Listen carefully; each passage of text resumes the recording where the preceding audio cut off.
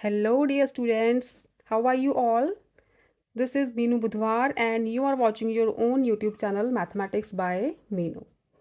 तो बच्चों जैसे क्लास 9th का सिलेबस कंप्लीट हो चुका है फर्स्ट टर्म का और क्लास 10th का लोकस रह गया है। ठीक है, तो बच्चों के कल मैसेजेस आए थे कि हमें कुछ सम्स में थोड़े डाउट्स हैं जो हमें क्लियर नहीं है कॉन्सेप्ट, तो आप उनको रिपीट कर दो। तो बच्चों की रिक्वेस्ट पे मैं 2-3 सम्स रिपीट करने जा रही हूँ आज। तो जिन बच्चों ने चैनल को सब्सक्राइब नहीं किया तो वो प्लीज़ सब्सक्राइब करो, अपने डाउट्स शेयर करो, अपने फ्रेंड्स के साथ चैनल का लिंक शेयर करो। ठीक है, अगर आपको यूज़फुल लग रहा है तो फर्स्ट सम है क्लास 10th का मैट्रिसेस का एक्सरसाइज 9.2 का 14 सम है। उसमें दो मैट्रिक्स दिए हैं 2a minus 3b is equal to 1428। एक ये मैट्रिक्स है, एक है 3a प्लस 2b की वैल्यू गिवन है। तो फाइंड आउट करना the value of matrix A and matrix B. 9th class में एक चैप्टर है इनइक्वेशंस वाला। ठीक है, उसमें एक मेथड आता है एलिमिनेशन मेथड लगा के हम उन इनइक्वेशन को सॉल्व करते हैं। जैसे लेट्स से ये दो इक्वेशंस दी हैं, x plus y is equal to 4 and 2x plus 3y is equal to 12। ठीक है, इसमें x y की वैल्यूज़ फाइंड आउट करनी होती हैं। तो क्या करते हैं हम, या तो x का कॉफिशेंट सेम करेंगे या तो y का कॉफिशेंट सेम करेंगे ताकि x या y में से एक चीज़ एक वेरिएबल एलिमिनेट हो जाए तो दूसरे की वैल्यू आ जाती है। जैसे यहाँ पे देखो x का कॉफिशेंट 1 है, यहाँ पे 2 है, y का 1 है, यहाँ पे 3 है। तो किसी एक कॉफिशेंट को आप इक्वल करो। कैसे करोगे, इस इक्वेशन को, फर्स्ट वाली इक्वेशन को, पूरी इक्वेशन को आप 2 से मल्टीप्लाई कर दो। तो क्या होगा, 2x plus 2y is equal to 8 बन जाएगी ये। सेकेंड इक्वेशन है 2x plus 3y is equal to 12। Subtract करते हैं तो x रिमूव हो जाता है। ठीक है, एलिमिनेट हो गया x वाला वैल्यू, दोनों वैल्यूज़ एलिमिनेट हो गई। We get minus y is equal to -4 and y is equal to 4। ठीक है, एक वेरिएबल को एलिमिनेट करेंगे तभी तो दूसरे वेरिएबल की वैल्यू आती है। तो फिर ये वैल्यू हम किसी भी इक्वेशन में पुट करके दूसरे वेरिएबल की वैल्यू निकाल लेते हैं। ठीक है, ये था एलिमिनेशन मेथड। वही मेथड यहाँ पे यूज़ होगा इस मैट्रिसेस वाले क्वेश्चन में। अब देखो, हमें चाहिए values of A and B. हमें गिवन क्या है, 2a minus 3b is equal to matrix 1 4 2 8। और सेकंड गिवन है 3a plus 2b is equal to matrix -1 2 0 and 4। अब देखो यहाँ पे सपोज करो a एंड b वेरिएबल्स हैं। ठीक है, इनके कॉफिशेंट्स देखो, यहाँ a का वेरिएबल 2, यहाँ पे 3, यहाँ पे b का वेरिएबल कॉफिशेंट -3 एंड यहाँ पे b का कॉफिशेंट 2। अब या तो a के कॉफिशेंट्स को सेम करना होता है या तो b को। ठीक है, एक चीज़, एक मैट्रिक्स यहाँ से एलिमिनेट होगा तभी तो दूसरे की वैल्यू आ पाएगी, जैसे एलिमिनेशन मेथड में किया था। तो आप सपोज करो हम a वाले कॉफिशेंट सेम करना चाहते हैं, तो a मैट्रिक्स को कैसे एलिमिनेट करेंगे। अब इस मैट्रिक्स को पूरे को, ये जो इक्वेशन गिवन है मैट्रिक्स की फॉर्म में, इससे आप कर लो 3 से मल्टीप्लाई। अब 3 मल्टीप्लाई 2 6 से हो जाएगा ना, और इस वाले को कर लो 2 से मल्टीप्लाई। ठीक है, इससे ले लो आप 1, इससे ले लो 2। ठीक है, यहाँ देखो 3 से मल्टीप्लाई करोगे तो क्या बनेगा, 6 से -9b। तो इन एलिमेंट्स को भी 3 से मल्टीप्लाई करना होगा, दोनों साइड्स को करना होता है ना। तो ऐसे ही 2 से मल्टीप्लाई करोगे तो 6 से बन जाएगा, 4 भी बन जाएगा, सारे एलिमेंट्स को 2 से मल्टीप्लाई करना पड़ेगा। तो ये बन जाएगा आपके पास, यहाँ पे एक लाइन लिखो, मल्टीप्लाई 1/3 एंड 2/2। ठीक है, एंड देन चलो ये बाद में लिखते हैं, पहले इतना करो, फिर कंफ्यूज हो जाओगे कि सारा कुछ इकट्ठा कर दिया मैम ने। मल्टीप्लाई 1/3 एंड बाय 2, जैसे मैंने यहाँ पे लिखा है। तो 1 को 3 से मल्टीप्लाई करोगे, सबको 3 से करना पड़ेगा, तो ये बनेगा 3 से करो, 3 2 ज़ा 6a माइनस 3 3 ज़ा 9b। तो एलिमेंट्स को भी सबको 3 से करोगे तो क्या बनेगा, 1 multiply 3 3, 4 multiply 3 12, 3 multiply 2 6, 3 multiply 8 is 24। ठीक है, ये वैल्यू बन गई ये फर्स्ट वाली इक्वेशन की। सेकंड मैट्रिक्स हमें ये गिवन है कि 3a प्लस 2b की वैल्यू दिस मैट्रिक्स, इसको 2 से मल्टीप्लाई करना है, हर एक चीज़ को 2 से मल्टीप्लाई करना है।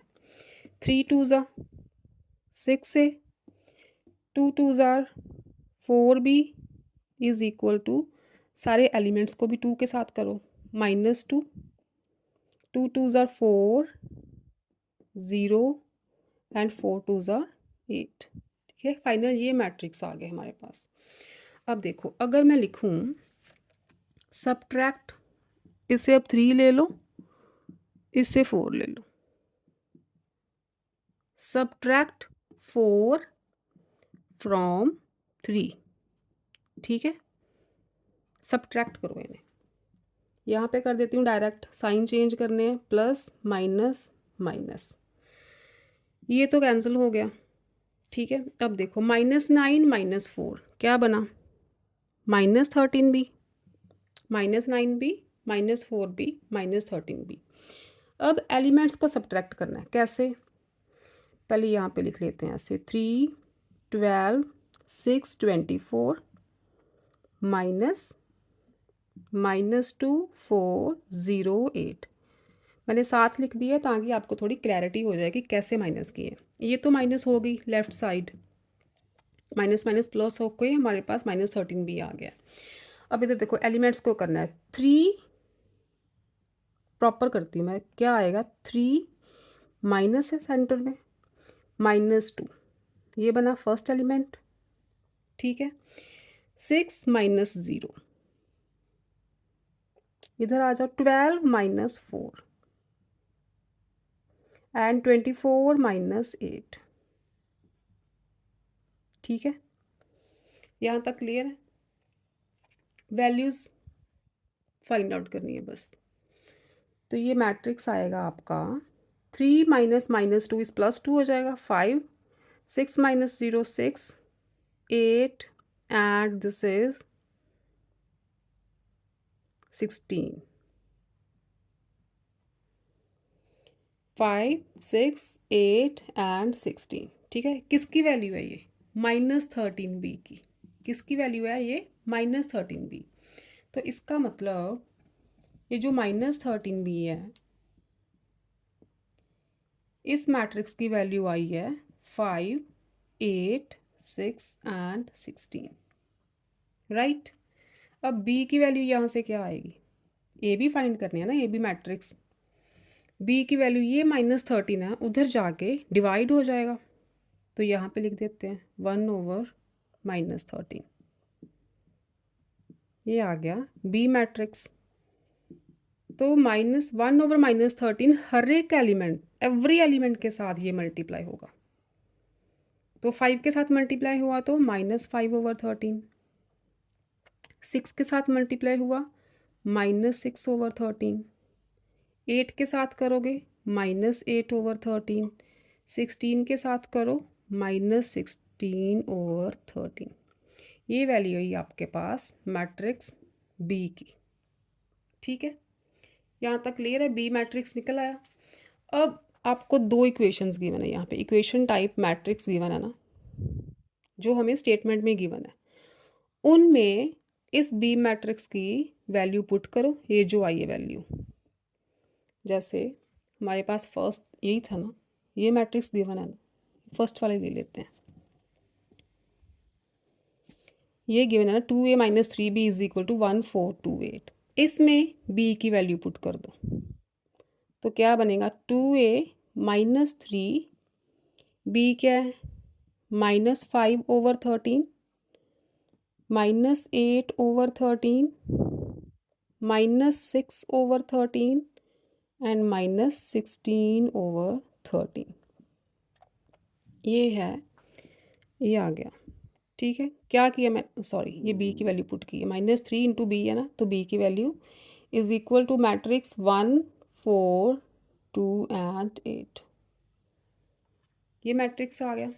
अब बाहर 3 है तो हर एक एलिमेंट अंदर मैट्रिक्स के एवरी एलिमेंट के साथ हम -3 को मल्टीप्लाई करेंगे। ठीक है, माइनस बाहर आने दो, 3 को मल्टीप्लाई करो तो 2a माइनस 3 ले जाओ अंदर, हर एक एलिमेंट के साथ मल्टीप्लाई होगा। ठीक है, माइनस बाहर ही है, ये बना -15/13 -24/13, ठीक, -18/13 and -48/13 is equal to 1 4 2 and 8। ये चीज़ बन गई। अब देखो हमें ए मैट्रिक्स की वैल्यू चाहिए। ये वाला जो मैट्रिक्स है इधर माइनस हो रहा है ना, तो उधर जाके क्या होगा, राइट पे जाएगा तो ये प्लस हो जाएगा। ये माइनस वाला मैट्रिक्स उधर जाएगा तो प्लस हो जाएगा।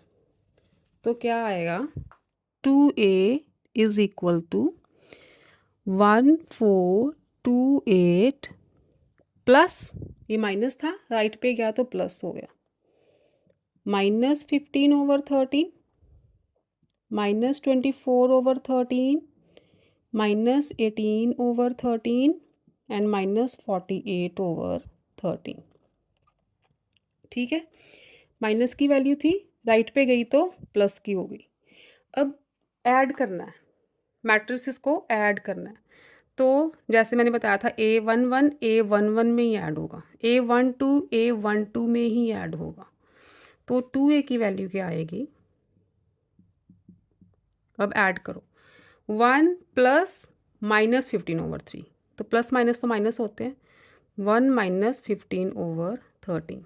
ठीक है, 2 प्लस माइनस माइनस 2 -18/13।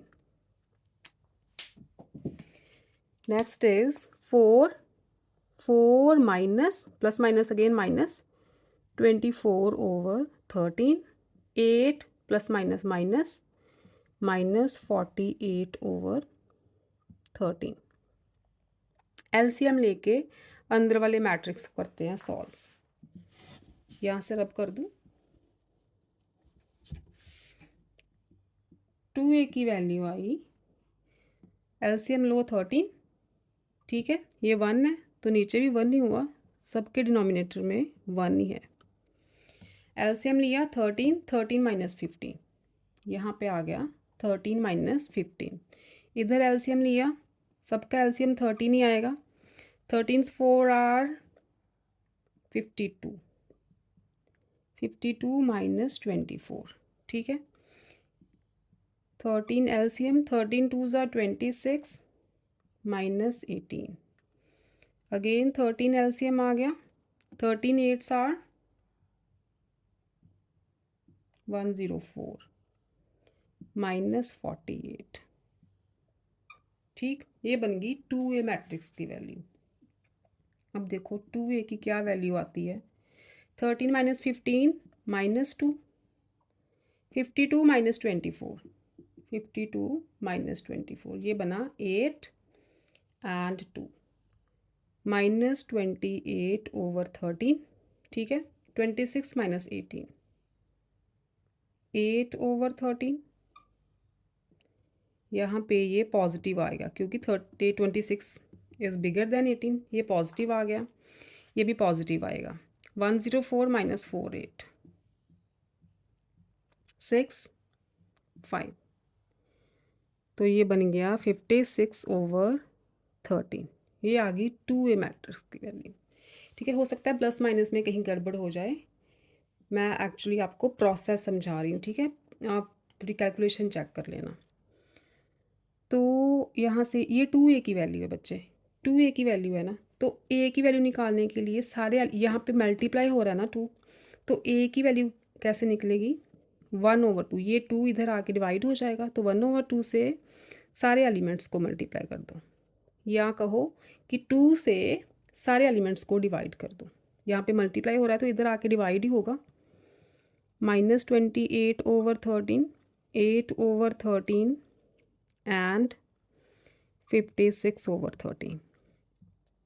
अब 1/2 से मल्टीप्लाई करना है सबको, तो ये आएगा फाइनली ए मैट्रिक्स। इसको करोगे 2 कैंसिल, एक करके यहाँ पे देखो 1/2 मल्टीप्लाई -2/13। ठीक है, 2 कैंसिल, -1/13 रह गया।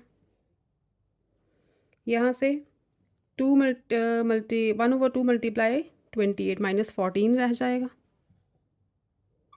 यहाँ से 4 और यहाँ से 28। तो ये आ गई हमारी मैट्रिक्स ए की वैल्यू। ये आ गया मैट्रिक्स ए, और मैट्रिक्स बी हम पहले निकाल चुके हैं। ठीक है, यहाँ से देखो ये -13 बी की वैल्यू आई थी ना, तो -13 से सबको डिवाइड किया था, तो वो मैट्रिक्स बी की वैल्यू थी, और ये आई फाइनली मैट्रिक्स ए की वैल्यू। ठीक है, क्लियर है अब। और नेक्स्ट है आपका क्लास 9th का। एक बच्चे ने क्लास 9th का कंपाउंड इंटरेस्ट चैप्टर का एक डाउट पूछा है।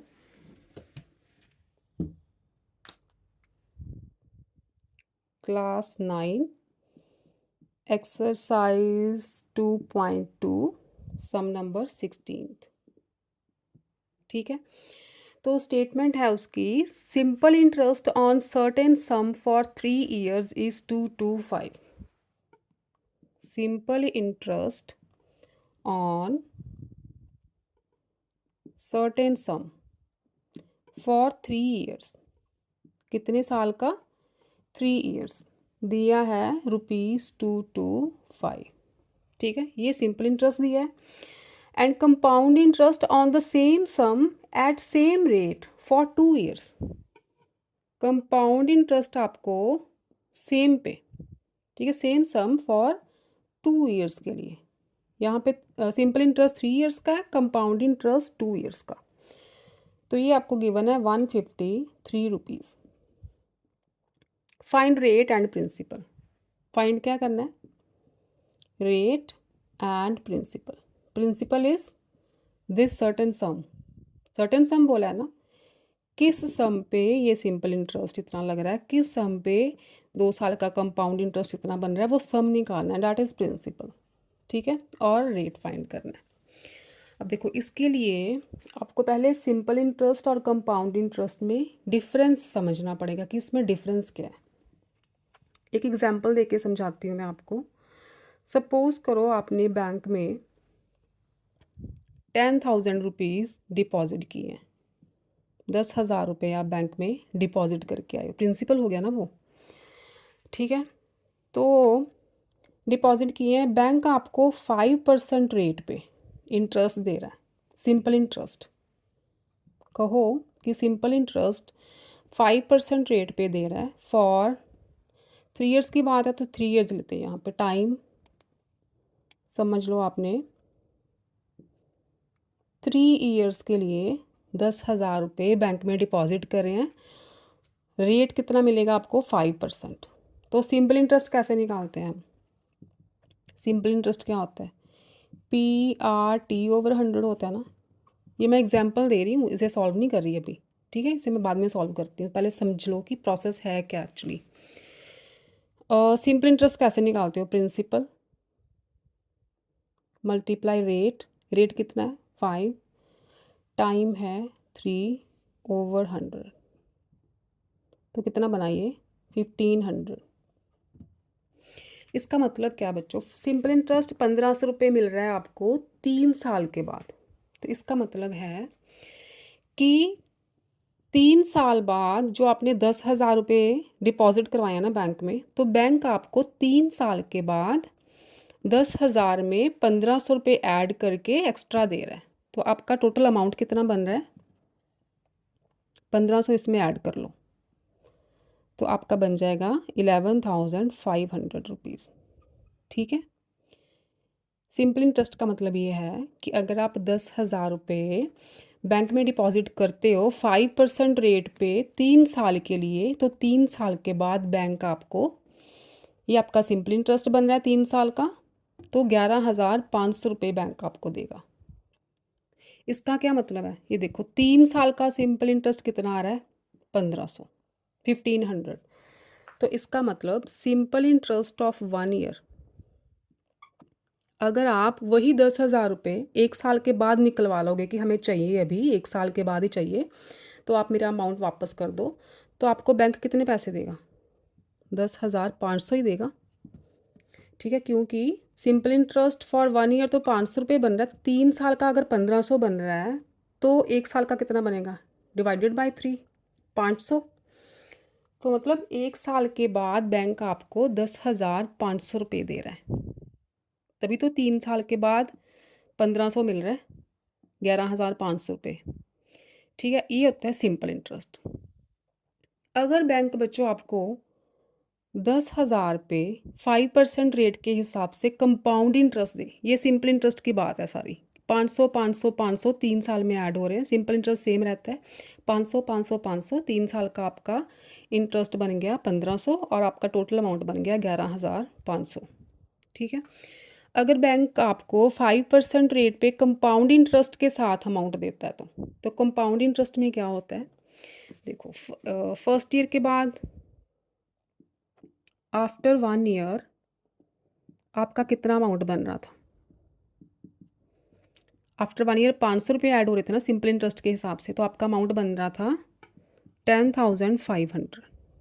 ठीक है, मैंने बोला था ना कि 1 साल बाद आप अपना अमाउंट निकलवा लोगे तो आपको 10,500 रुपये बैंक देगा, जो आपने कंडीशंस रखी हैं, मतलब जो आपको बैंक ने कंडीशंस दी हैं कि 5% रेट से आपको 3 साल के लिए डिपॉजिट करा है तो 5% रेट से आपको इंटरेस्ट मिलेगा।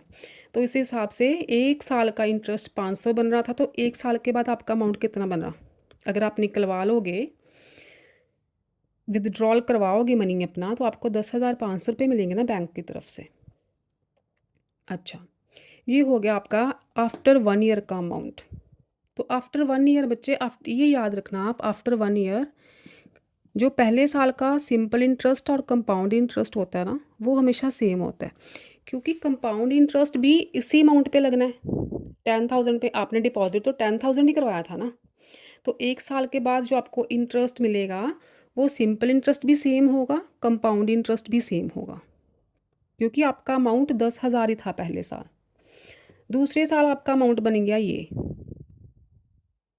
5% रेट के हिसाब से आपका अमाउंट बन गया ये, मतलब 1 साल के बाद आपको आपके बैंक में 10,500 रुपये बन गए, आपके 10,000 के 10,500 बन गए हैं।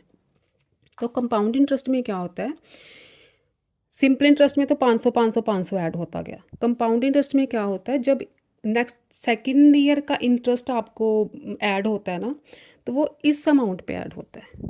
मतलब जब हम compound interest for second year, simple interest for second year तो 500 रहेगा, वो तो 500 500 500 करके 1500 बना ना।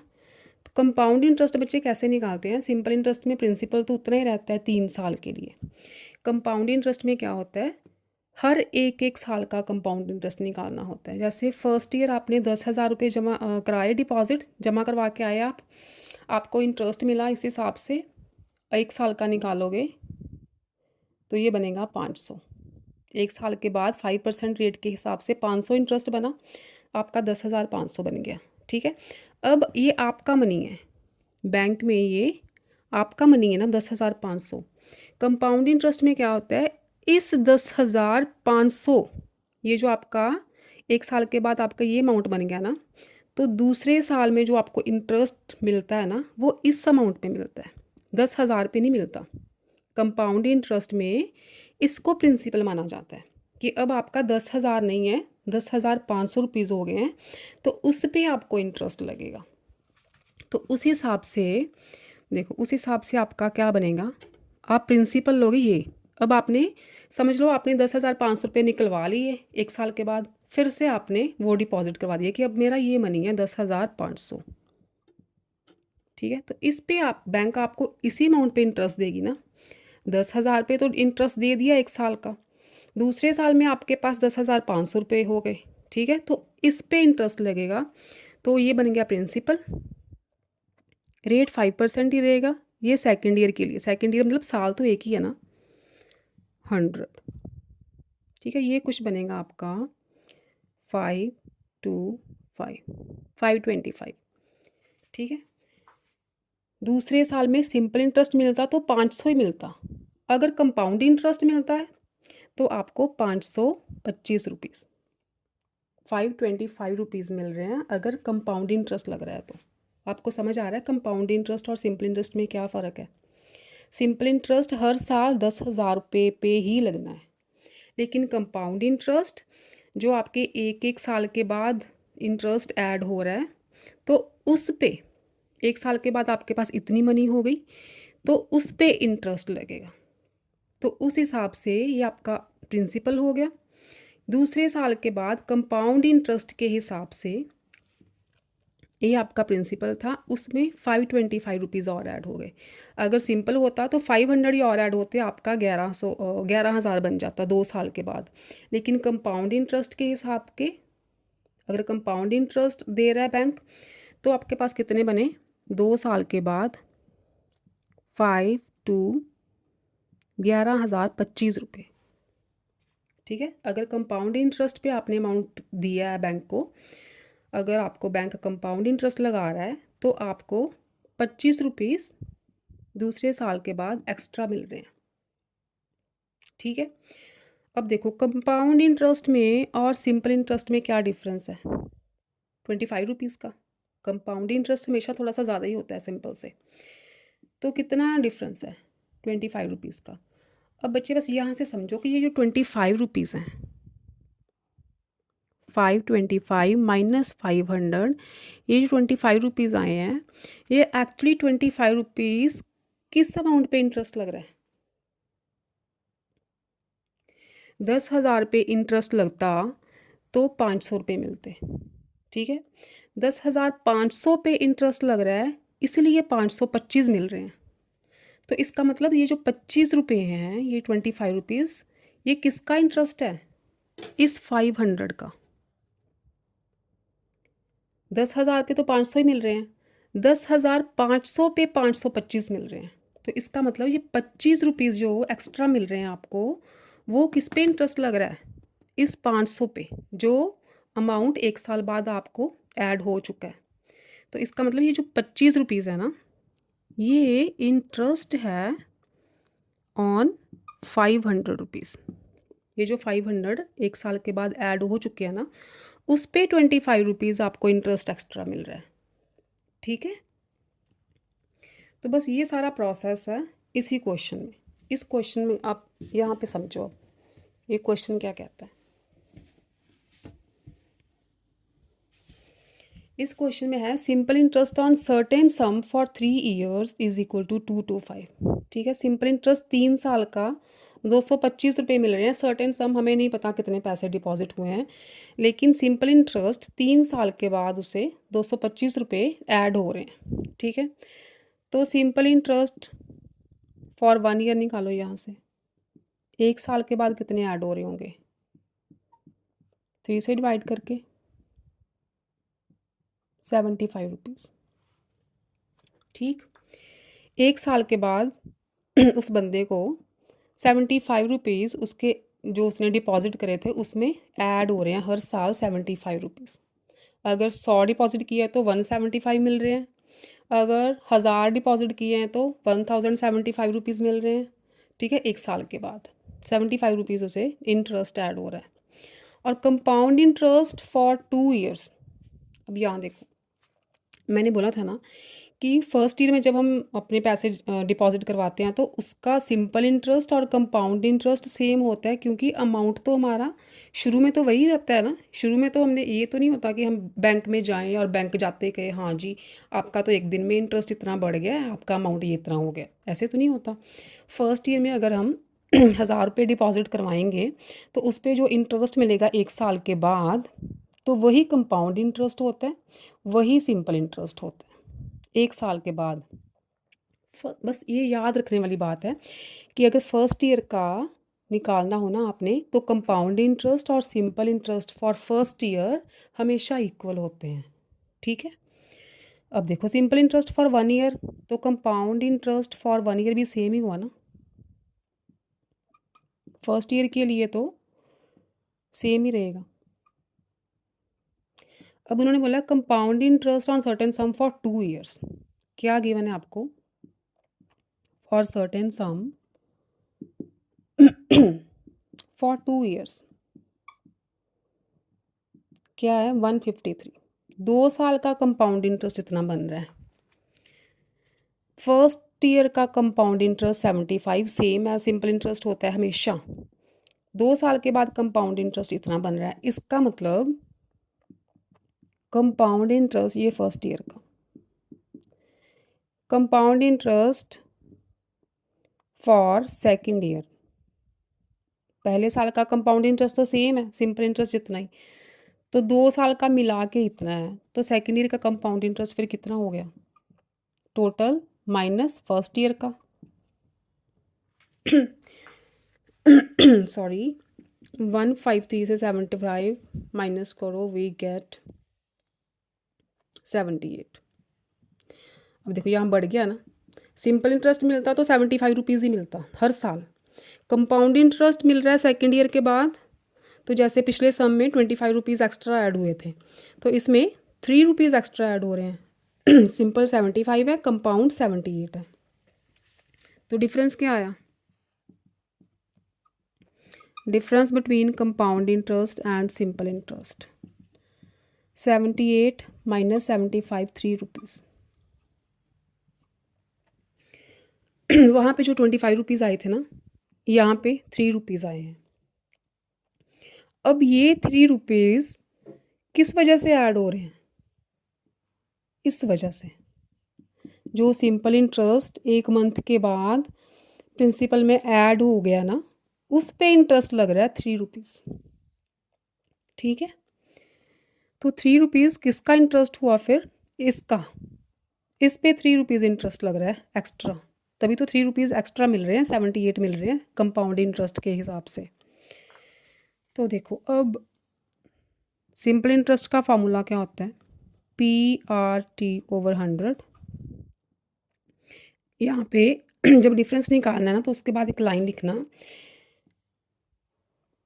This implies 3 rupees is the interest for 75 rupees. ये जो 3 रुपीज़ है वो 75 रुपीज़ का इंटरेस्ट है। तो simple interest is equal to PRT/100। Interest कितना है? 3। प्रिंसिपल इसमें क्या लेंगे? 75, क्योंकि 75 के ऊपर ये इंटरेस्ट लग रहा है, तो यहाँ पे प्रिंसिपल 75 लेंगे और रेट निकालना है। ये वाला 75 रुपीज़ 1 साल के लिए था ना, तो टाइम 1/100, तो रेट आ गया अपना 3 × 100/75। 25 के टेबल से कटिंग करो, वी गेट 4%। रेट आ गया 4%। अब देखो टोटल अपना सिंपल इंटरेस्ट कितना? टोटल 225, और 1 साल का कितना है? 75। अब हमें सम निकालना है, प्रिंसिपल निकालना है। तो सिंपल इंटरेस्ट होता है PRT/100। अगर आप सिंपल इंटरेस्ट 75 रुपीज़ लोगे, सिंपल इंटरेस्ट 75 रुपीज़ लोगे, प्रिंसिपल निकालना है, रेट तो सेम है 4 टाइम 75 रुपीज़, टाइम 1 साल के लिए 75 मिला ना इंटरेस्ट, तो टाइम 1 ईयर ओवर 100। ठीक है, तो प्रिंसिपल क्या आ गया?